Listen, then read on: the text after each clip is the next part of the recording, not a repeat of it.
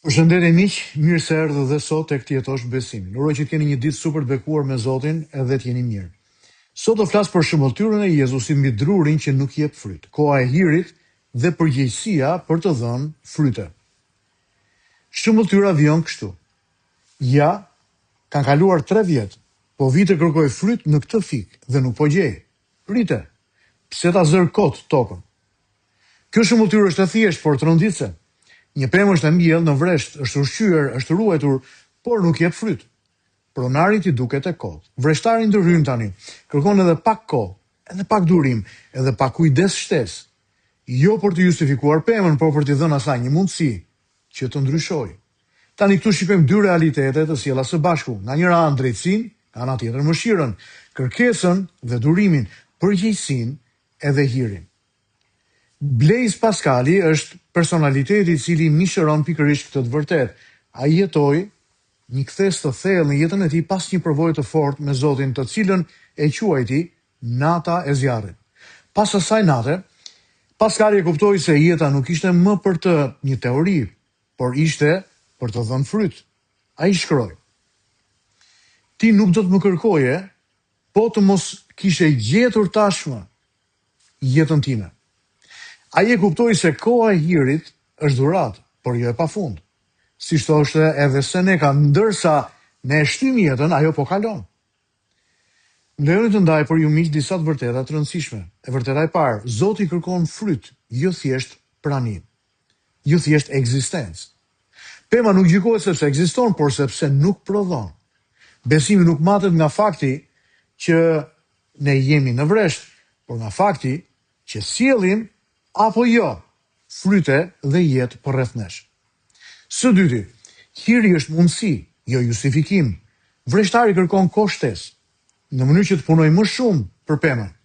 Hiri nuk e anulon përgjegjësinë, por e thellon më tej atë.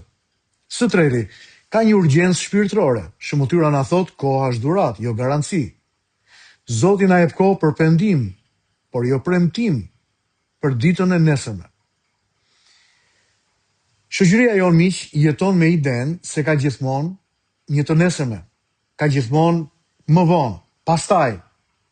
Më vonë do të ndryshoj, më vonë do të përkushtohem, më vonë do të jap fryt.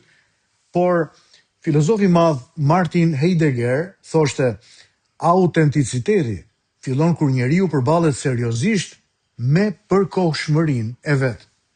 Shëmbulltyra e fikut pa fryt na zgjon nga iluzioni i pafundësisë. Koha do të vijë një ditë që do të mbaroj.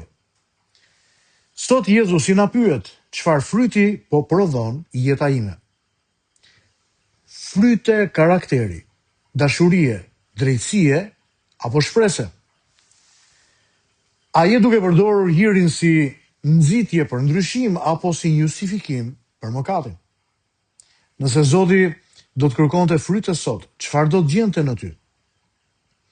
Fryta sot mund të duken si pendim i sinqert, ndryshimi i mendjes, pajtim me dikë, shërbim konkret dhe real. Ndaj miq, me këto të vërteta në mendje dhe në zemër, le t'i lutemi Zotit së bashku. Perëndi dashur, të falenderoj për durimin tënd me jetën time. Të falenderoj që çdo ditë ti më jep mundësinë që unë të jap fryte dhe të çlirohem nga koha e humbur.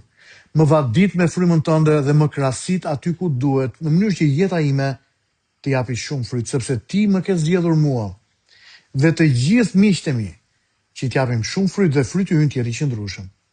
Bekoj burra dhe gratë që janë duke më ndjekur sot në këtë meditim, o Zot, familjet e tyre dhe gjithçka që kanë për zemër. Bëj emrin tënd të madh në jetën tonë, na motivo dhe na nxit që të vijojmë me besim në shtekun e ngushtë të besimit, duke nderuar emrin tënd, në emrin e Jezusit. Amen. Zoti me ju miq, pashi një ditë bekuar, të qofshi plot fryte për Perëndin.